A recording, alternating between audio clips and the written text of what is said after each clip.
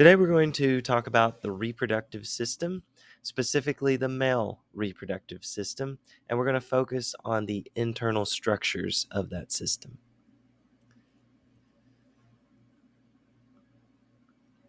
All right, so how are the reproductive systems divided? This will give you a general overview here. The reproductive systems are divided into male and female systems. Each reproductive system has gonads. Gonads are primary sex organs that are responsible for producing gametes and secreting sex hormones. The organs that secrete these hormones will be the testes and the ovaries. There are also accessory reproductive organs, and these are structures used to transport and nourish gametes prior to fertilization. And we'll talk more about fertilization in a future video. All right, so the remainder of this video will focus on the internal components of the male reproductive system.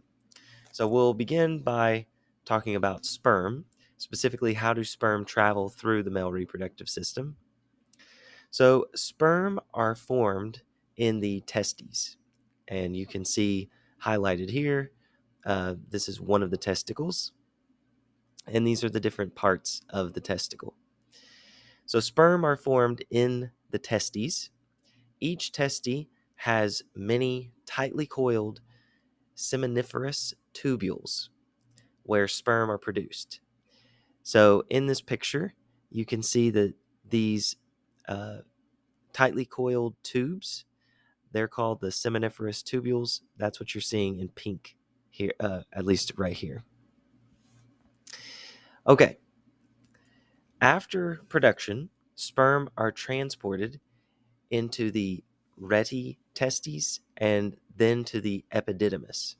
So look at the picture here. The rete testes are right here, this section, and then to the epididymis.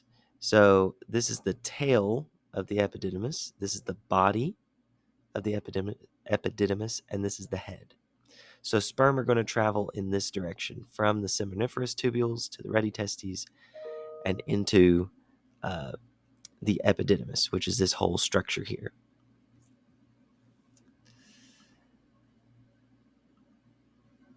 Okay, the epididymis is a highly coiled tube.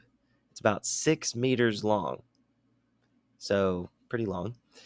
The sperm mature during the 20 days it takes to travel through the epididymis before reaching the ductus deferens or the vas deferens.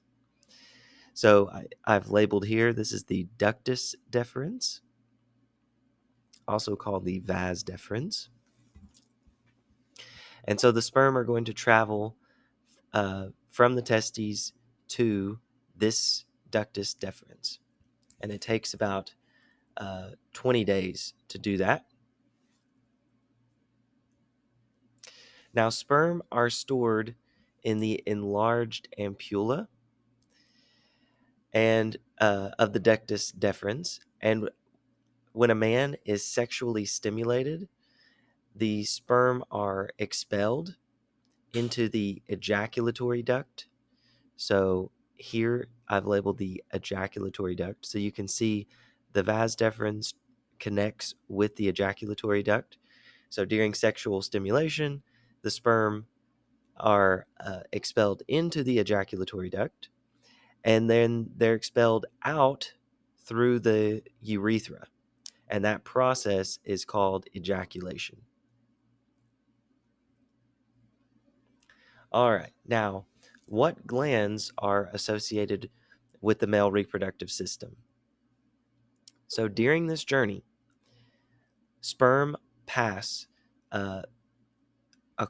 through 3 accessory glands, and these produce secretions that form semen.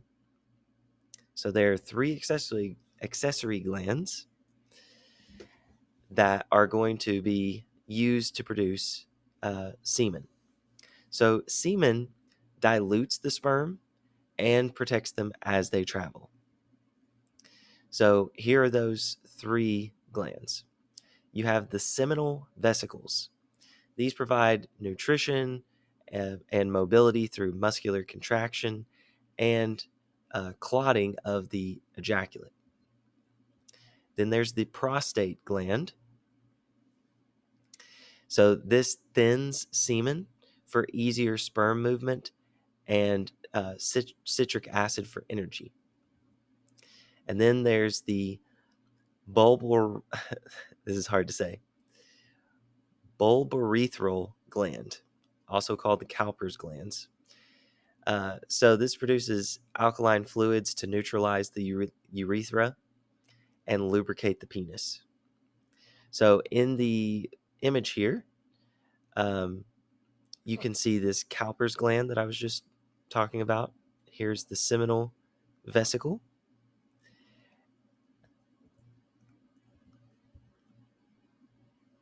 And then also the prostate gland. So I've highlighted those in yellow.